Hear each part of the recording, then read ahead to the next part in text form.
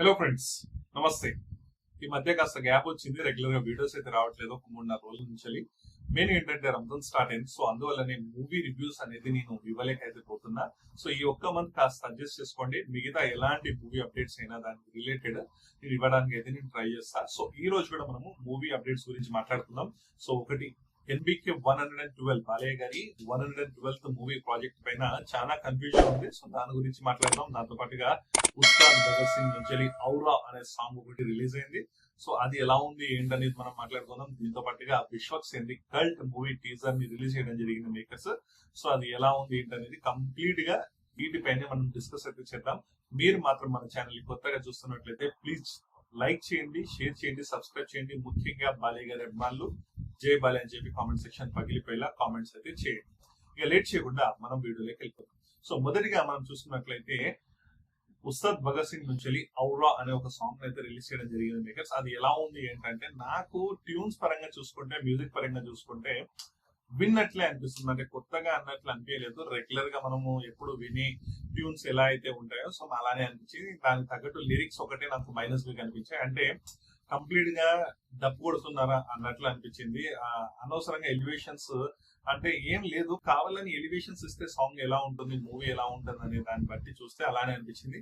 So కొంతమంది power star Pawan Kalyan గారి fans కి నచ్చింది, కొంతమంది ఫ్యాన్స్ కి నచ్చలేదు. ఎందుకంటే లిరిక్స్ ఆ విధంగా ఉన్నాయి. ముఖ్యంగా మెడ పట్టుకుంటే తొడగొట్టినట్టే, జుట్టు విరబూస్తే దద్దరిల్లినట్టే అన్నట్లు సాంగ్ ఉంది. నాకైతే అది కరెక్ట్ గా అనిపించలేదు. మెడ పట్టుకుంటే తొడగొట్టినట్టే, చేయి పట్టుకుంటే కాలు పట్టుకున్నట్లే అట్లా ట్రోలింగ్ చాలా మంది అయితే ట్రోల్ అయితే చేస్తున్నారు. నాకు పర్టికులర్ గా సాంగ్ ఫస్ట్ సాంగ్ ఏదైతే దేఖ్లేంగే చాలా ఉందో సో అది బానే ఉంది. దాంతో కంపేర్ చేసుకుంటే ఆ రేంజ్ లో లేదు. కొంతమంది ఫ్యాన్స్ కి నచ్చొచ్చు, బట్ కొంతమంది ఫ్యాన్స్ కూడా నచ్చట్లేదు లిరిక్స్ విషయంలో. అండ్ బీజిఎం మ్యూజిక్ కూడా నాకు రెగ్యులర్ గా వినే టైప్ లానే అనిపించింది. ఇంకొకటి మెయిన్ థింగ్ ఏంటంటే, ఈ మూవీ కూడా ఒక రీమేక్ మూవీ లానే అని బయట అయితే టాప్ ఉంది ఫిలిం నగర్ లో. సో ఏదైతే పోలీసుడు తేరీ మూవీ ఉంది కదా విజయ్ గారిది, సో ఆ మూవీనే దీన్ని రీమేక్ చేస్తున్నారంటే ఇప్పటి వరకు అయితే అఫీషియల్ గా కన్ఫర్మ్ చేయలేదు makers. But film Nagar news బట్టి అయితే ఏంటంటే ఈ మూవీ అయితే పోలీసుడు రీమేకే. సో ఆల్రెడీ తేరీ మూవీ తెలుగులో పోలీసుడు గా రిలీజ్ అయింది, చాలా చోట్ల నడిచింది, మంచి కలెక్షన్స్ వచ్చాయి. టీవీలలో కూడా అరిగిపోయిన క్యాసెట్ లో దాన్ని చూసాం మనము.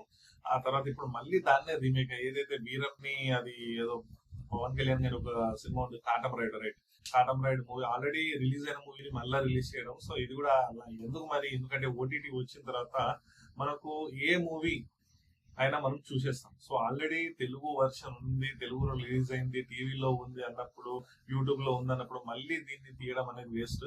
దీన్ని బట్టి ఏంటంటే హరీష్ శంకర్ దగ్గర క్రెడిబిలిటీ అనేది తక్కువ ఉంది. డైరెక్షన్ లో వీక్ గా ఉన్నాడు. అలాంటి డైరెక్టర్ తోని పవన్ కళ్యాణ్ గారు తీయకపోతే బెస్ట్ అని నా ఒపీనియన్. ఎందుకంటే రిమేక్స్ మూవీస్ పైనే ఎక్కువ ఫోకస్ చేస్తూ ఉంటాడు.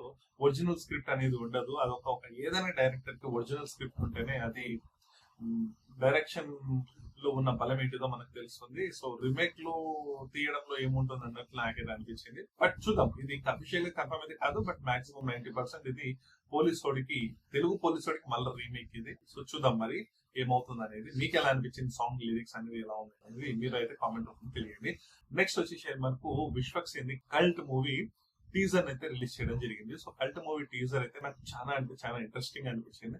కాస్త డిఫరెంట్ జోనర్ లో విశ్వక్ సేన్ మూవీ ఈసారి ఉన్నట్లు నాకైతే అనిపించింది.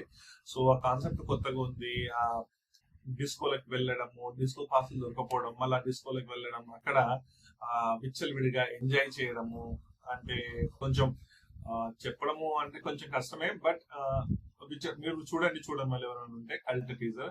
సో కొంచెం విచ్చలవిడిగా ఎంజాయ్ చేయడం. ఆ తర్వాత సడన్ గా ఒక్కొక్కరి పీకలు తెగుతూ ఉంటాయి, నడుములు తెగిపోతూ ఉంటాయి, చేతులు తెగిపోతూ ఉంటాయి. అందరు ఒక్కసారిగా హర్రర్ మూవీయా అన్నట్టు జోన్ లోకి వెళ్ళిపోతుంది. ఆ తర్వాత మళ్ళీ విశ్వక్ సేన్ ఎంట్రీ ఉంటది. బ్రూటల్ గా కిరాతకంగా ఒక్కొక్కరిని నరకడము. సో కంప్లీట్ గా డిఫరెంట్ జోనర్ లో డిఫరెంట్ గా ట్రై చేసినట్లు నాకైతే కనిపించింది కల్ట్ టీజర్. సో కాస్త ఇంట్రెస్టింగ్ అనిపిస్తుంది. చూద్దాం మరి దాని ట్రైలర్ మూవీ దాన్ని బట్టి మనం చూద్దాం. బట్ ఛానల్ తర్వాత ఒక సరికొత్త కంటెంట్ తో వచ్చినట్లయితే నాకైతే అనిపిస్తుంది విశ్వక్ సేన్. ఈ మూవీ అయినా హిట్ అవ్వాలని చెప్పి మనం అయితే కోరుకున్నాం. నెక్స్ట్ మనకు వచ్చేసి బాలయ్య గారి మూవీ, విశ్వవిఖ్యాత నట సార్వభౌమ పద్మభూషణ్ నందమూరి బాలకృష్ణ గారి నెక్స్ట్ మూవీ ఏదైతే ఎన్బికే 100 ఉంది, 111 మూవీ ఏదైతే ఉందో మనందరికి దానిపైన అవగాహన ఉంది. గోపిచంద్ మల్లేని గారు ఈ మూవీని అయితే డైరెక్ట్ చేస్తున్నారు. సో దానికి సంబంధించి తమన్ గారు దానికి స్వరాలు అందిస్తున్నారు. నిరంతర ఇందులో యాక్టర్. సో స్టార్టింగ్ ఒక కథ అనుకున్నారు, అది కథ సెట్ కాక ఇంకో కథని రెడీ చేసుకున్నారు. దానికి సంబంధించి రెగ్యులర్ షూటింగ్ కూడా ఇప్పుడు ఈ మార్చ్ నెలలో స్టార్ట్ అవబోతుంది. సో సెకండ్ వీక్ లో మాక్సిమం ఈ షూటింగ్ అయితే స్టార్ట్ అవుతుంది. దీన్ని దసరాగా ప్లాన్ చేసుకుని రిలీజ్ చేసే ప్లానింగ్ లో మేకర్స్ అయితే ఉన్నారు. బట్ ఎన్బికే 112 పైన దాదాపు ఒక అర డజన్ ఊహాగానాలు, అర డజన్ స్టోరీలు, అర డజన్ డైరెక్టర్లు మనకు వినిపించిన పేర్లు. ముఖ్యంగా చూసుకుంటే అందులో కొరటాల శివ పేరు కానివ్వండి, అటు హరిశంకర్ పేరు కానివ్వండి, అటు అనిల్ రాయపూర్ పేరు కానివ్వండి, ఆ తర్వాత హనీఫ్ అదేని, దాని తర్వాత వివేక్ ఆత్రేయ, దాని తర్వాత బింబిసారా డైరెక్టర్, ఆ తర్వాత ఇంకో ఒక డైరెక్టర్ అన్నట్లు, డెబ్యూ డైరెక్టర్ అన్నట్లు టాప్ వినిపిస్తుంది. దీంతో పాటు ఇంకా చాలా మంది పేర్లు అయితే ఉన్నాయి. సో అలా చాలా మంది గురించి మనకు రూమర్స్ వస్తూనే ఉన్నాయి. ఏ మూవీ నెక్స్ట్, ఏ మూవీ ఇదే ఉంటుంది, దీన్ని సంక్రాంతికి రిలీజ్ చేస్తాం అన్నట్లు టాక్ అయితే వినిపిస్తుంది. కానీ అఫీషియల్ గా మనకైతే ఎలాంటి కన్ఫర్మేషన్ అయితే రాదు. ముఖ్యంగా ఏంటంటే బాలయ్య గారి మూవీ నెక్స్ట్ హరిశంకర్ తో ఉండబోతుంది అన్నట్లు టాక్ అయితే వచ్చింది. బట్ ఇది వద్దని చెప్పి మన ఛానల్లో కూడా చెప్పాం. చాలా మంది ఫ్యాన్స్ అభిప్రాయం కూడా అదే. సో దీనికి సంబంధించి కూడా ఎలాంటి అఫీషియల్ ఇన్ఫర్మేషన్ అయితే మన దగ్గర లేదు, అదే మూవీ స్టార్ట్ అవుతుంది అనేది. సో ఆల్రెడీ అఖండ 2 రిలీజ్ కాకముందే మనకు ఎన్బికే 111 అని చెప్పి స్టార్ట్ చేయడం జరిగింది నవంబర్ లో, మనందరికీ తెలిసిన విషయమే. సో ఇది కూడా అలానే ఎన్బికే 112 పైన చాలా హోప్స్ ఉన్నాయి, చాలా ఎక్స్పెక్టేషన్స్ ఉన్నాయి. సో డైరెక్టర్స్ ఒకదాని వెనక ఒకరు క్యూ లైన్ లో ఉన్నారు. ముఖ్యంగా కొరటాల శివ గారు అటు దేవర హోల్డ్ అయ్యే ఛాన్సెస్ ఎక్కువ ఉంది. సో దేవర కాదని చెప్పి దీన్ని తీసే ఛాన్సెస్ ఎక్కువ ఉంది. బట్ దేవర ఏ టైంలో స్టార్ట్ అవుతుందో మనకు అది కొంచెం కన్ఫ్యూజన్ లో ఉంది. దేవరతో పాటు ఇటు బాలేకి ఒక పవర్ఫుల్ స్క్రిప్ట్ చేసినట్టు చెప్పినట్టు తెలుస్తుంది. దాన్ని ఖచ్చితంగా ఉండబోయే ఛాన్సెస్ అయితే ఉంది.